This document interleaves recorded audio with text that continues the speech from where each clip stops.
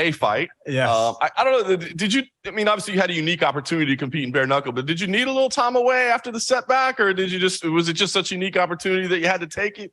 No, not at all. It's actually it's kind of the opposite. So lost the fight. If you remember when I fought Lima, I lost the Lima fight. I was active. I was like, I need to get that back, and I'm gonna fight everybody and anybody to, and as often as possible. It was exactly the same thing. So finished the fight, started making phone calls, speaking to Scott Coker and so on and so forth. They said they're not gonna have anybody available or any slots available, obviously looking at the rankings and blah blah blah, for a while. And I was like, bro, I can't wait. I'm sorry, I'm not waiting. I'll go and box, I'll go do something. So, I started making calls to start boxing. Obviously got a lot of connections in the boxing world. And then in that process, this fell on the plate. So I was like, kind of, it's opportunistic, but I was already looking to do something anyway, just because Bellator didn't have anything available for me to kind of come back as soon as possible. So that fell on the plate, made sense. Bellator allowed me to do it because they knew I wasn't going to be able to come, be here for a little while. And yeah, ended up just going over there, trying something different. I'm curious, how much your training routine changes, right? Because you knew it was kind of a one-off more than a career change. Mm-hmm. So did you keep training the MMA skills, or did you stop for a while? How did that look? No, the training was slightly different, but I just kept up with the, the wrestling, jiu-jitsu and so on and so forth. But the stand-up side, the aspect of it was different. I value combat and combat athletes, especially when you take a sidestep to different things, too much to not focus on it. So yeah, we had to focus on it. I was doing, conditionings for my knuckles and so on and so forth. So yeah, no, I had to. Your training does adjust. I just didn't want to neglect completely what is my bread and butter. Nice. Well, now you're back in Bellator, MMA again. I'm curious, fighting here in the United States, I mean, you've done it before, but I wonder if it's almost easier for you, right? Because I feel like you're one of the faces of this company, but when you're fighting in England, London, it's a whole different level, right? So is it almost like a breath of fresh air to come here and not as much to do?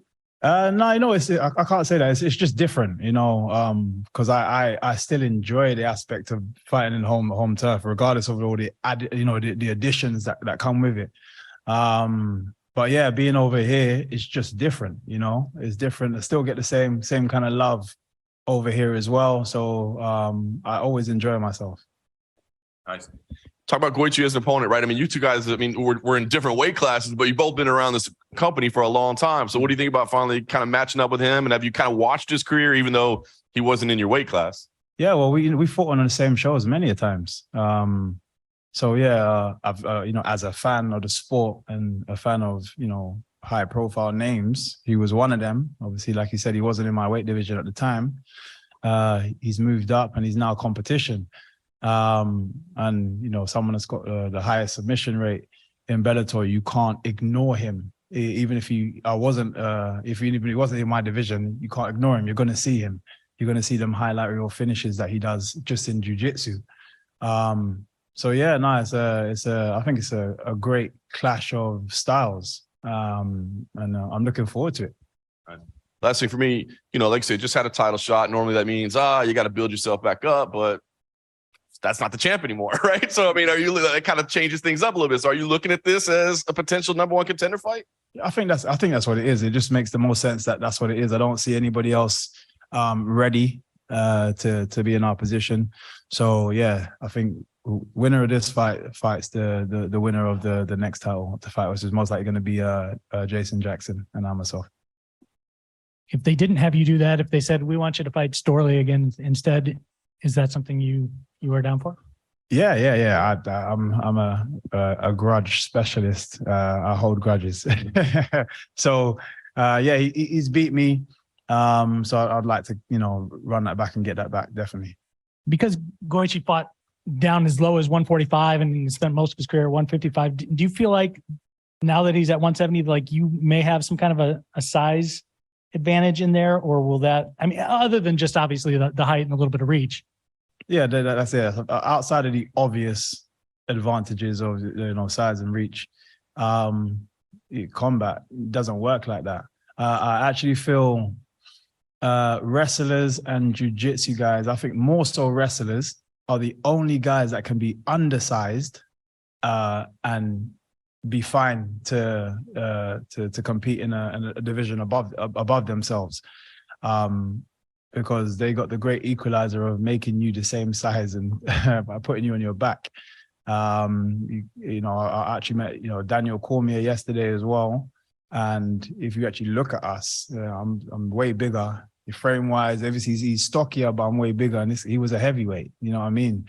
So I think wrestlers get away with being able to be, slightly smaller for the division. And I think if you are a high level jiu-jitsu guy, you can also do the same thing. And he is a high level jiu-jitsu guy. You mentioned the clash of styles. You just mentioned his jiu-jitsu, obviously.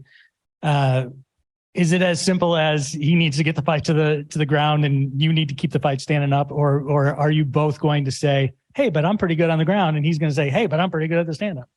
Yeah, I personally believe it's as simple as, I want him in my arena, and he wants me in his arena. A comment has been made, supposedly from him, where he says, I think MVP's underestimating my striking. I'm not underestimating your striking. I just don't believe your level of striking is my level. And if you want to play striking, I'm happy to do that all day. So I think this is where egos get in the way sometimes, and I don't think that's necessary. I value you and I appreciate you, and I aspire to get to your level of jiu-jitsu, but I'm not going to try and compete against you just for the sake of showing that I can do jiu-jitsu. I know I can do jiu-jitsu. I don't need to prove to anybody that I can do jiu-jitsu. I'm just not your level. I haven't done it as long as you, and I'm not as skilled as you, and I can accept that. Put my ego to one side and then just try to knock you out, because that's what I do best. MVP, what's up, man? I'm good, man. How you doing? Good. We've already mentioned Storley and Amosov here. Just curious, what'd you make of the rematch that just took place? Thoughts It had a bit of a mix of emotions. The first thing, it was a bit of a disappointment, because I kind of expected it to be kind of back and forth, similar to their first fight. But then it was amazing because one fighter, Amosov, was he was a coach in that fight. He was literally teaching people lessons, how to do this and how to do that, and striking from beautiful angles, combinations, firing back after, even if he got grazed a little bit, he'd fire back 5 shots to his, to Storley's 1. It was a masterpiece. It was artwork for me. Like I'm a fan. I'm a combat fan. That's first and foremost. Before I'm a combat athlete, I'm a fan, and it genuine to be sitting at the side. I felt privileged to be sitting at the side to witness what he did there. But yeah, again, disappointing because I just felt like Storley played the complete wrong game, and I just spoke about egos, and I feel like the fight with me weighed heavy on his head because I feel like he was then too worried about people saying that he couldn't strike. Yeah. And then went into the next fight trying to prove to everybody that I can strike, and it's not necessary. And even then, it took him 2 rounds to realize that, maybe I should go for takedowns. And by that point, his leg was busted up. So then it basically took even his wrestling ability away. And I feel like at the high level, honestly speaking, you should have that decision should have been made way quicker. I'm talking, I wouldn't even give it a round. If I try something and in the first minute it's not working, I'm definitely not staying in this place. My head's rocking back like that, then we're gonna have to make some changes. And then on top of that, the fact that he came back out the second round, left it the whole round doing the same thing, came back out the second round, still playing the same game. And again, I mean no disrespect. It's just shocking to me that even the experience of his corner still didn't. I haven't actually heard it back to know if they did tell him, or he just didn't listen. Do you know what I mean? But if they didn't and they just said, yeah, no, you're getting closer or something, I don't know.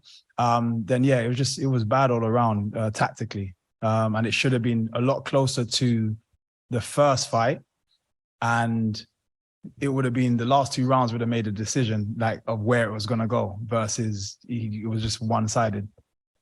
A pretty great assessment there, man. And I mean, just looking at your career specifically, very few setbacks, obviously, one of them with Storley there, but some people will say that you learn more from the losses than the wins. I don't know if you would say that's the case for you, but when you look at like your biggest learning experience, what would you say that was? It's weird. Like again, I know that's a saying. I've never personally agreed with it. And I don't know if it's because I'm just harder on myself, or I just think that's an easy way out. I feel as soon as people win, like I can have a fight with somebody, win the fight, and have made so many mistakes in that fight. And because I won, I'm no longer going to actually back at that fight and actually learn from anything, all those mistakes that I made. So therefore, I'm going to enter the next fight the exact same level. Yeah, because I haven't learned anything. You should be learning from every single experience. Every single time I go into the gym and I do something, I make a mistake. Even if I won the round, I'm like, I'm focused on the mistake, because doing the good thing the good thing. I can keep doing. That's easy. But the bad things is what I need to keep improving on. So for me, learning experiences come from every experience. I feel the emotional attachment to how you feel when you're feeling down about losing makes people focus a bit more on the loss. But for me, it's the same. I don't change much because I lost this particular way, and I'm like, oh man, I need to.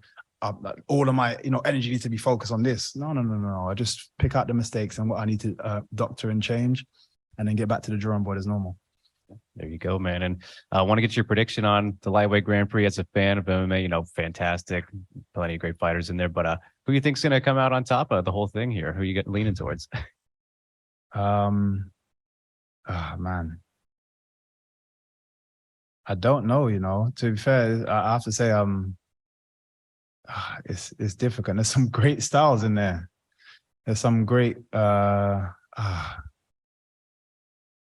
to think if I can just pick one, but even if the first round of fights is great matchups. So I'm actually really enjoying what Bellator are doing, what they're putting together, the matchmakers, and yeah, it's great. So I'm just going to sit back and watch this one and just enjoy, and just whatever happens. But every single athlete in there is unbelievable. Absolutely, man. Best of luck. Thank you.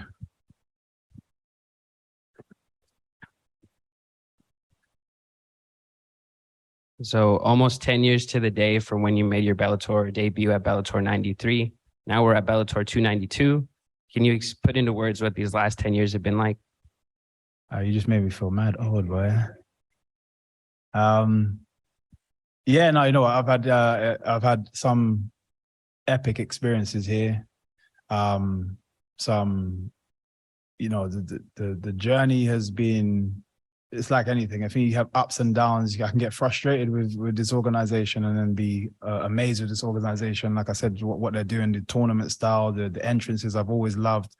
And then there's, then I'll knock heads about something and then they fix it. So I'm back. I'm back. Like, yeah, man, I'm loving this place. And then in terms of the shows that I've been a part of, unbelievable, just amazing. So I'm just glad I'm glad the decision that I've made to be in an organization like this, which they do look after their fighters. They do listen to their fighters as well. And the shows, they just keep getting, they keep getting better and better. There's obviously things I can always, from my point of view as a fighter, I can critique. But I do love what they're doing. I love how they're growing. And yeah, I love that I've been a massive part of it. And on August 17th, 2022, you fought Mike Perry, Leon Edwards fought Kamaru Usman. Now, 6 months later, you guys are fighting 1 week apart. How big of a week is this for UK MMA? Oh man, I think we've done well, and just in general, man. Like over the last 3-4 years, then the amount of new talent that's coming through is unbelievable. And then obviously with Leon Edwards taking that from Usman is great. I think people, for a long time have kind of downplayed the UK. I say downplayed. It's like, you're going to get the odd 1 or 2 stars, but especially the MMA level, it's not high enough yet. But I think we've definitely more than proven that that's not the case. So, it's going to be an amazing week for the UK. And run down 2 quick ones for me. What are your thoughts on Mike Perry versus Luke Rockhold being announced?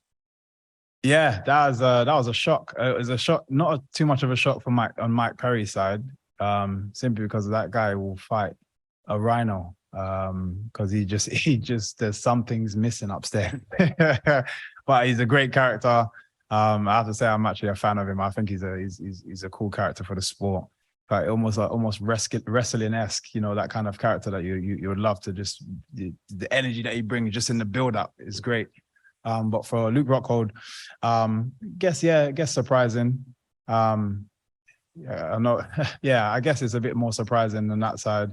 He's going to be a lot the bigger fighter, but stylistically it suits Perry a bit better. But he is the bigger guy, and you know Mike Perry doesn't necessarily avoid shots well. So it's a great fight. It's a great fight. So I'm definitely going to be tuned in. And last one for me, can I get some quick words on Man United? Oh man, you want to do that to me now? You want to do that to me now? Okay, so we had a terrible day the other day. we had I was sat there watching the whole. It was just killing me. Like every goal was I felt like I was cutting myself. It was horrible to watch. But you could also see their heads drop, and it was funny. I feel like we kind of needed it anyway. And when I say needed it, it's just a reminder that as well as you are doing, there's still a lot to be done. And if we just had like a 2-0 loss or a 1-0 loss, it wouldn't necessarily highlight that because Liverpool are such a great team. So it'd be like, yeah, obviously, it was going to be close contention. It would still make it feel like Man United are at where they're supposed to be right now. And I think Ten Hag has done amazing thus far, and he's going to continue to do. I thought that from the beginning, how strict he's been with the players is just you see that added discipline is needed for people, and you see how they're performing. But right now they're on tired legs, and there's not enough people to replace, not enough high level people to replace. Going from the Barcelona game straight into the Newcastle game, into a West Ham game, it was like a lot of difficult games back to back, and then to have to try and play Liverpool and be the same, it was difficult. And the second one goal it was more. I think it was that the goal at the beginning of the second half. So although we're losing 1, it was like, mate, we can get this back, because we were almost pushing them. It almost looked like we was going to score just before they scored. And then second half they scored again. It's kind of like heads drop a little bit. Then they get the third one, and in the fashion that they did it, and I saw all the heads drop, and there were people kicking out players' legs and getting yellow cards unnecessarily. But I still have a lot of faith in Man United. I just feel like that was a great lesson to have, just as a reminder that we still got a lot of work to do. Thank you, Michael.